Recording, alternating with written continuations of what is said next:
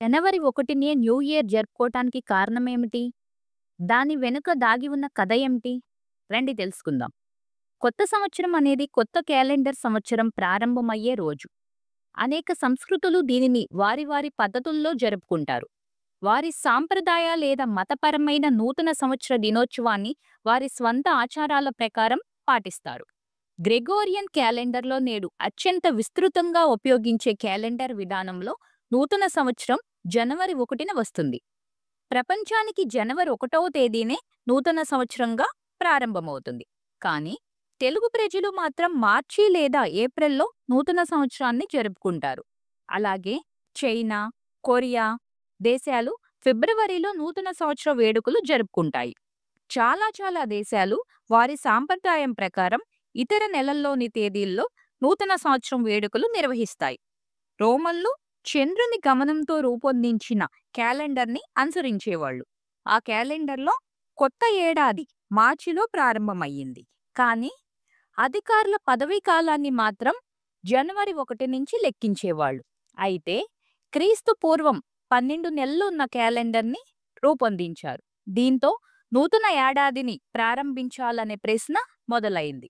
ఇక్కడ సూర్యచంద్ర గమనంతో అప్పటి క్యాలెండర్ల తేదీలు సరితూగకపోవడంతో జూలియస్ సీజర్ అనే ఖగోళ శాస్త్రవేత్త అలెగ్జాండ్రియంతో వాటి లెక్కలు సరిచేసి జూలియస్ క్యాలెండర్ని అమల్లోకి తీసుకువచ్చారు. జనవరి అనే పేరు జానస్ అనే రోమ్ దేవుడు పేరు మీదుగా వచ్చింది. దీంతో జనవరి 1వ తేదీని నూతన సంవత్సరం తొలి రోజుగా జూలియస్ అధికారికంగా ప్రకటించారు.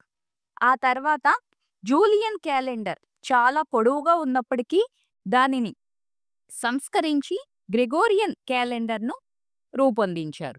ఈ క్యాలెండర్లో కూడా జనవరి 1వ తేదీనే నూతన సంవత్సరం అధికారికంగా ప్రకటించింది.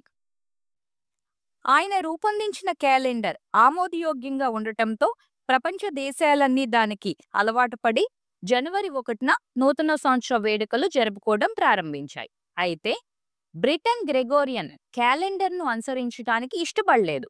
అందుకే జనవరి 1న కాకుండా మార్చి 1న కొత్త ఏడాది వేడుకలు జరుగుతాయి.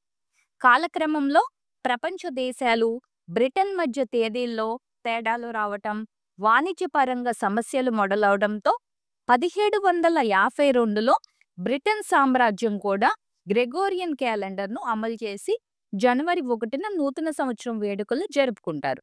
అలాగే శాంతి ప్రేమికుడైన మరొక రోమ్ రాజు నుమా నగరాన్ని యుద్ధం నుంచి మళ్లించి పశుపోషణ వైపు మళ్లించాలనే ఆశయంతో జనవరికి ప్రాధాన్యం ఇచ్చాడు. అందువల్లే జనవరి 1వ తేదీనే ప్రపంచ దేశాలు న్యూ ఇయర్ని జరుపుకుంటున్నాయి.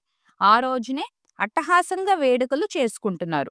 ఈ వీడియో కనుక మీకు నచ్చినట్లయితే దీన్ని మీ ఫ్యామిలీ అండ్ ఫ్రెండ్స్కి షేర్ చేయండి. మరిన్ని ఇన్ఫర్మేటివ్ వీడియోస్ కోసం మన డాటర్ ఆఫ్ జర్నలిస్ట్ ఛానల్ని సబ్స్క్రైబ్ చేసుకోండి. Happy new year.